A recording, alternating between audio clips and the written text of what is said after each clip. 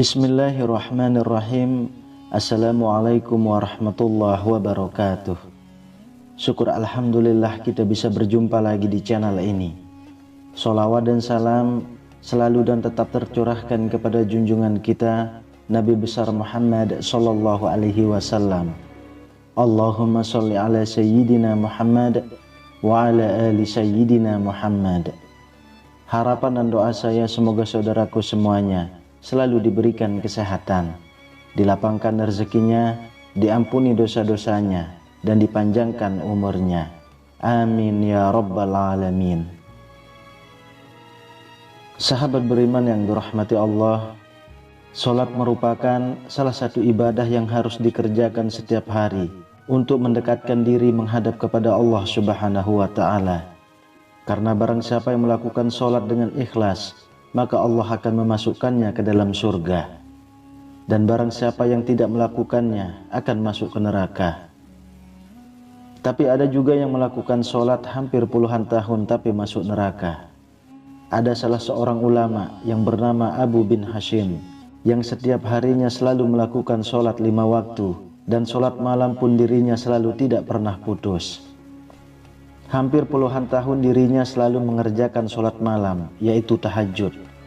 Setiap orang tertidur malam, dirinya selalu bangun dan segera mengambil air wudhu untuk melakukan sholat tahajud dan bermunajat kepada Allah Subhanahu wa ta'ala.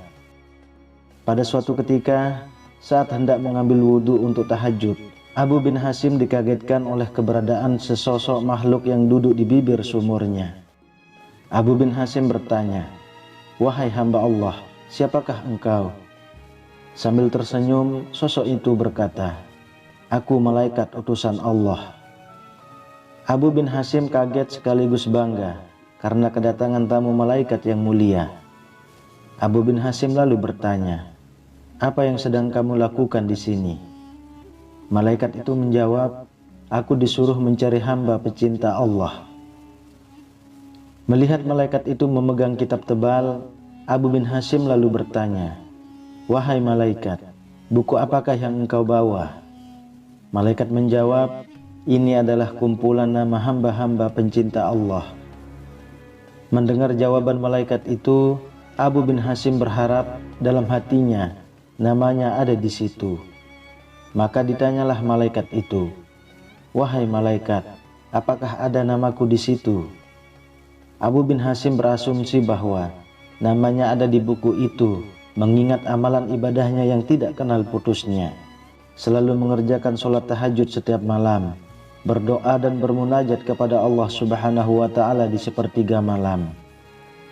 "Baiklah, aku buka," kata malaikat sambil membuka kitab besarnya. Dan ternyata malaikat itu tidak menemukan nama Abu bin Hashim di dalamnya. Karena tidak percaya, Abu bin Hashim meminta malaikat mencarinya sekali lagi. "Betul, namamu tidak ada di dalam buku ini," kata malaikat. Abu bin Hashim pun gemetar dan jatuh tersungkur di depan malaikat. Dia menangis jadi-jadinya. "Rugi sekali diriku yang selalu tegak berdiri di setiap malam dalam tahajud dan bermunajat, tetapi namaku tidak masuk dalam golongan para hamba pencinta Allah," kata Abu bin Hashim sambil menangis. Melihat itu, malaikat berkata, "Wahai Abu bin Hashim, bukan aku tidak tahu engkau bangun setiap malam. Ketika yang lain sedang tidur, engkau mengambil air wudhu dan kedinginan pada saat orang lain terlelap dalam buayan malam. Tapi tanganku dilarang Allah menulis namamu." "Apakah gerangan yang menjadi penyebabnya?" tanya Abu bin Hashim kepada malaikat. "Engkau memang bermunajat kepada Allah, tapi engkau pamerkan dengan rasa bangga kemana-mana dan asik beribadah memikirkan diri sendiri. Di kanan kirimu ada orang sakit atau lapar, tidak engkau tengok dan beri makan. Bagaimana mungkin engkau dapat menjadi hamba pencinta Allah kalau engkau sendiri tidak pernah mencintai hamba-hamba yang diciptakan Allah," kata malaikat itu. Abu bin Hashim seperti disambar petir di siang bolong. Dia tersadar hubungan ibadah manusia tidaklah hanya kepada Allah semata, hablum minallah, tetapi juga ke sesama manusia, hablum minannas, dan kepada alam. Sahabat beriman yang dirahmati Allah, ternyata ibadah serajin apapun, kalau niat memamerkan, niat dianggap manusia, tidak peduli dengan kesusahan yang melanda di sekitarnya, maka akan dibenci oleh Allah Subhanahu wa Ta'ala. Malah banyak dalam kisah dan hadis Rasul bahwa serajin apapun ibadah, kalau Anda kekenyangan, penuh harta, tetangga Anda kelaparan dan kesusahan, maka Anda akan masuk ke neraka. Semoga kita mendapatkan hikmah dari pelajaran yang sangat berharga ini. Perbaikilah niat.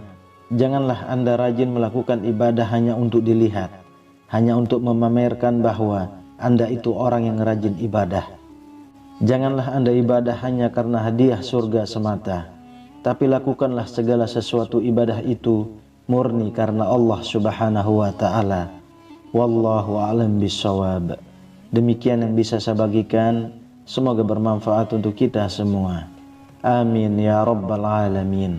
Assalamualaikum warahmatullahi wabarakatuh.